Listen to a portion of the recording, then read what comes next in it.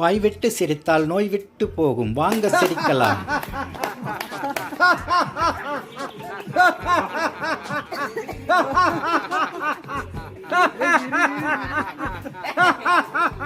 ஐயா, ஒரு நிமிஷத்துல முடிக்கணும், நீங்க வேகமா வந்துடணும்.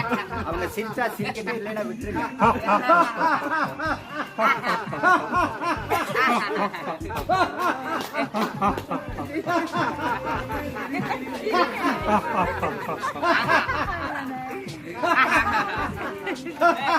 சரி சரி சரி, சத்தமா சரிங்க.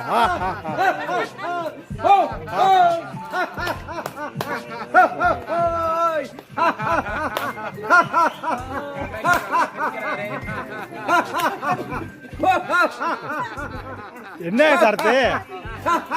ஆனந்தமா சிரி, ஆனந்தமா சிரிங்க. பாருங்கள், பகிருங்கள். நன்றி.